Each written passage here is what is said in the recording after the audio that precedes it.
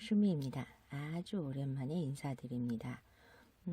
긴 시간 동안 시험을 봤고요. 국가고시를 받고 다행히 좋은 결과로 가벼운 마음으로 찾아뵙게 되었는데요. 오늘 소개할 책은 마흔이 되기 전에. 이 책 워낙 많이 보셨고 요즘 베스트셀러고 추천 작가로부터 추천받아서 지금 11월부터 저는 하루에 한 챕터씩 지금 꾸준하게 읽고 있는 책입니다. 오늘 한 3개월 동안 필사하고 읽은 소감을 좀 소개할까 하고요. 그리고 오늘 필사 내용도 같이 한번 공유해 보고자 합니다.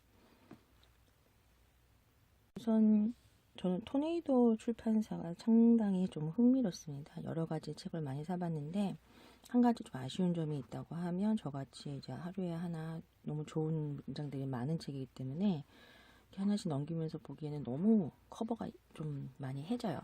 예전에 그 일기 시리즈도 그랬고요. 그래서 조금 아쉽긴 하지만 그래도 좀 보드북에 비하면 상당히 가벼운 편에 속하고 두께도 만만치 않은데 이 정도 무게는 가방에 넣고 다니면서 충분히 언제 어디서라도 읽을 수 있는 가장 장점을 갖고 있죠. 팀 페리스는 워낙 설명을 따로 하지 않아도 유명한 사람이기 때문에 팀 페리스 간단하게 보면 저는 개인적으로 팀 페리스 책을 그동안 그렇게 많이 읽어오진 않았어요.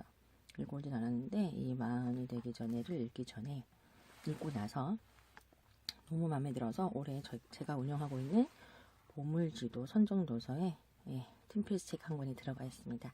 자, 우선 구성은 다들 보셔서 아시겠지만 아직도 안 보신 분도 계실 수 있으니까 한번 보도록 할게요. 제목은 마흔이 되기 전에이지만 제가 봤을 때는 마흔이라는 숫자에 좀 국한되지 않으셨으면 좋겠어요. 제 나이도 마흔이 넘었고 이 책을 읽다 보니까 과연 좀 젊은 청년들에게 하는 얘기들이 좀 많이 있긴 있지만 저는 그거에 구애받지 않고 거기에 제 나이를 대입해서 읽고 있습니다. 이 책의 가장 큰 장점은 목차 보면 어마무시하죠. 이렇게 많은 내용들이 들어가 있나? 라고 하고 놀라실 수 있지만 많아봤자 3페이지 이상 넘지 않아요. 그래서 여기는 서문인데 팀페리스가 직접 이 책을 발간하면서 여러 명사들의 이야기를 수록하면서 남긴 글들이 많이 남아있고요. 저는 우선 여기서 가장 눈에 들어오는 부분이 당신은 결함을 가진 존재이다. 인간이기 때문이다. 당신에게는 세상과 나눌 선물이 있다. 내 안에 갖고 있는 장점을 잘 끄집어낼 수 있도록 뭔가 유도하는 이 서문의 글이 상당히 좀 인상적이었어요. 매일 이렇게 번호가 매겨져 있기 때문에 저는 하루에 한 챕터씩 읽고 제목도 눈에 띄게 칠해주고 제가 필요한 부분은 이렇게 줄을 긋고요. 우선은 워낙 유명한 사람들이 많이 나오지만 제가 그 사람들을 다 아는 거 아니기 때문에 어떤 인물이 쓴 글인지 이거를 알아야 이 사람이 왜 이런 내용의 글을 쓰게 됐는지를 알 수 있기 때문에 작가도 좀 유심히 보았습니다.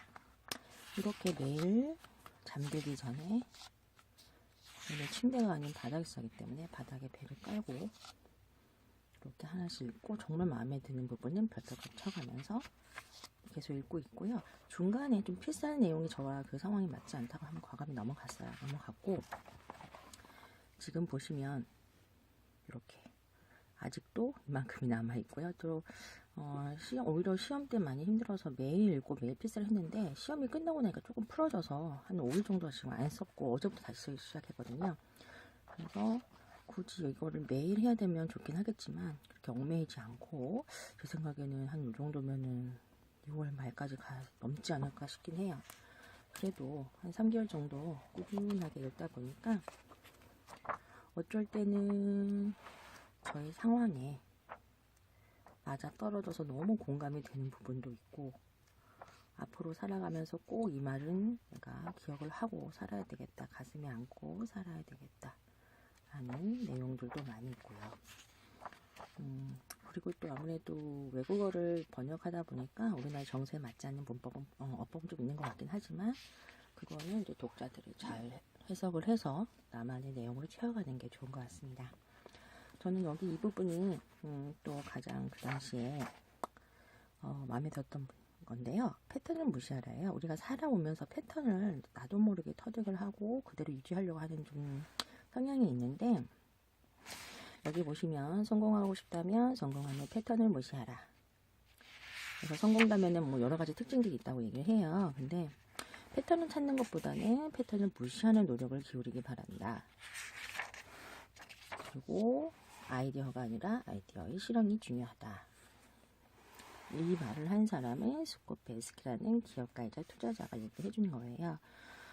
그래서 특히 이 책의 특징은 제목, 그다음에 그 사람이 얘기한 기본적인 내용, 그리고 모든 핵심은 글의 말미에 들어가 있는 이렇게 구성이 되어 있어서 슬슬슬 읽다가 줄 긋고 그다음에 이제 필사를 할 땐 저는 웬만하면 이 뒤쪽에서 많이 찾아내게 되더라고요. 이렇게 해서 하루에 하나씩 무슨 잠언집을 읽거나 무슨 좋은 진짜 옛날 책들 명언집 같은 느낌이 들어서 잠들기 전에 너무 읽기 좋은 책입니다. 그러면 제가 어떻게 필사를 했는지는 이제 꼭 보여드리도록 할게요. 이 필사 노트는 저번에 소개했던 리더의 옥편이랑 같이 시작을 했어요. 그러니까 11월 초가 맞거든요. 11월 초에 제가 리더의 옥편도 한번 올렸을 건데 그때 같이 쓰기를 시작했고 사실은 리더 옥편도 많이 필사를 했지만 거의 매일은 못했거든요. 매일을 할 내용 치고 너무 양이 많았고 근데 많이 되기 전에는 지금 거의 한 권이 채워지고 있는 중이에요. 서브바인더 쓰임새는 다들 아시니까 그거는 간단히 넘어갈 건데요. 우선은 저 이렇게 처음에는 그냥 흰 종이에 쓸까 하다가 그래도 책, 제목, 그 다음 넣고요. 그 다음에 여기도 제목이 나와 있기 때문에 제목 쓰는 칸, 그 다음 처음에 원고지 형식으로 해서 하다 보니까 제 글씨가 너무 커서 제가 좀 보통 사람들보다 많이 크게 쓰는 편인데 나중에는 막 이렇게 울리는 거예요, 글씨들이. 그래서 안 되겠다. 그냥 처음에는 잘게 원고지 형태를 쓰다가 나중에는 이제 원고지 형태가 아닌 그냥 제목하고 요 정도만 쓰게 되어 있고 하다 보니까 지금 한 양식을 한 3-4번 이상 바꾼 상태예요. 가을부터 10월 가을부터 썼기 때문에 처음에는 이제 가을 분위기 나게 이렇게 낙엽 포스트잇도 좀 많이 붙여주고요. 처음에는 그래도 좀 다양한 색깔 여러 가지 한번 써봤고 날짜도 좀 썼었어요.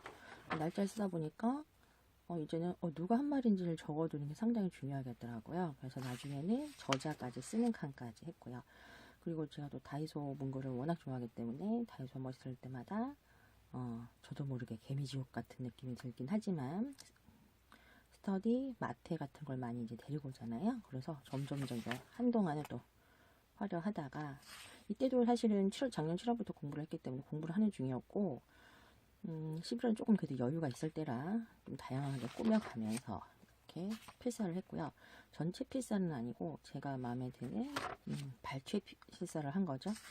그리고 꼭 화려한 것만 중요한 건 아니고 내가 어떻게 이 내용을 받아들이고 쓰고 생활에 적용할 건지가 중요하기 때문에 이렇게 내용이 많을 때는 좀 많이 쓰고요. 그리고 이거는 캘리펜을 쓴 거기 때문에 한번 읽은 부분이 얇게, 중요한 부분은 두껍게 각을 세워서 쓰는 겁니다.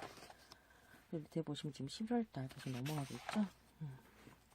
그러다가 이제 12월 돼 가면서부터는 이제 크리스마스 분위기를 내기 시작합니다. 보시면 크리스마스 스티커 많이 이용을 했고, 저는 뭐 글씨를 잘 쓰는 게 중요한 게 아니라 하나하나 정성 들여 쓰는 게 필사의 기본이라고 생각이 들기 때문에 그 내용을 인지하면서 꼼꼼하게 적으려고 했고요. 꼭 많이 필사하는 것보다 그 책의 내용 핵심을 잘 적어내는 게 필사의 기본이라고 생각을 하기 때문에 이렇게 여기 보시면 누가 말했는지 날짜 칸이 늘어났고 지금 원고지 형식이 싹 없어졌죠. 이게 저한테는 더 맞는 형식이 생겨서 오히려 바닥에다가 이제 책 이미지를 넣어서 한번 했더니 이게 이제 현재까지 이어지고 있는 필사의 양식이에요. 그리고 그 사람의 또 직업이 또 그 내용을 좌지우지 하니까 나중에 보면 직업이나 그 사람의 특징을 또 한 줄씩 더 넣게 되었고요. 필사를 많이 하다 보니까 이제 캘리펜도 상당히 많이 소진이 되고 있어요.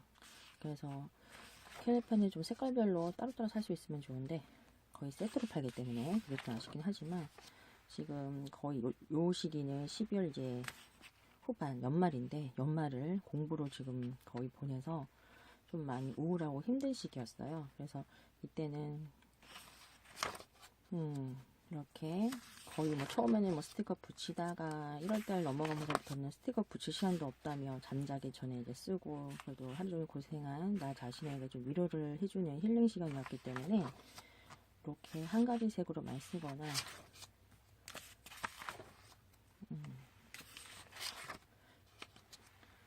그리고 잠깐 멈춰라 뭐 이런 거 내가 이런 걸 쓰면서 내가 내 사회복지사 1급을 따서 어떻게 활용할 것인가 나는 어떤 목적으로 공부를 하고 있는 것인가 하는 생각을 많이 해주게 했기 때문에 단순히 자격증 공부라는 생각보다는 사회복지사가 됐을 때 이런 거를 내가 꼭 알고 어떻게 활동을 해야 되는 건가라는 걸 좀 다질 수 있는 아주 좋은 책이었던 것 같아요. 그래서 아주 긴 공부에 지쳐갈 때쯤 사실 팀 페리스가 제게 많은 위안을 준 책이기도 하죠. 그래서 절대 잊을 수가 없는 책이 될 것 같고요.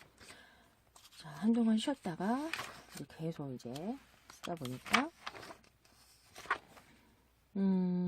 지금 여기 보시면 이제 1월 20일까지는 그래도 좀 썼는데 여기 보시면 지금 어제 날짜로 5일 동안 쉬었습니다. 열심히 놀았죠. 그동안 고생했으니까 이제 시험 끝났다는 생각이 들어서 이렇게 자두 넣어서 그날 바로 열 수 있게 지금 보시면 두께가 꽤 두꺼워졌죠. 처음에는 얇은 종이 속지를 썼어요. 썼는데 제가 또 워낙 힘을 꽉꽉 주면서 쓰는 스타일이라 뒤가 비치더라고요. 그래서 요것만큼 그래도 두고두고 책을 들고 다니지 않아도 내가 어떤 걸 썼는지 다시 돌아보기 좋을 것 같아서 그냥 두껍고 빳빳한 종이에다가 아낌없이 썼습니다. 제가 이 책을 읽으면서 느꼈던 점은 이걸 한 번에 읽어버리시는 분들이 상당히 많은 걸 알고 있어요. 하지만 제가 한 챕터 매일 읽어나가면서 느낀 거는 좋은 책은 한 번에 읽어버리면 안 된다는 생각을 했고요. 그리고 필사 책을 쓰다 보면 좋은 점이 바로 이렇게 자를 넣어서 바로 열 수 있는 장점도 있지만 넘기면서 내가 써왔던 내용을 다시금 보게 되는 장점도 있죠. 그래서 마흔이 되기 전에는 읽는 책이 아니라 눈과 손이 함께 읽는 책이 됐으면 좋겠다는 생각이 들었어요.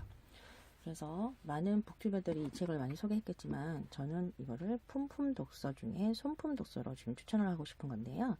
이제부터 제가 필사를 한번 오늘 날짜로 해보도록 하겠습니다.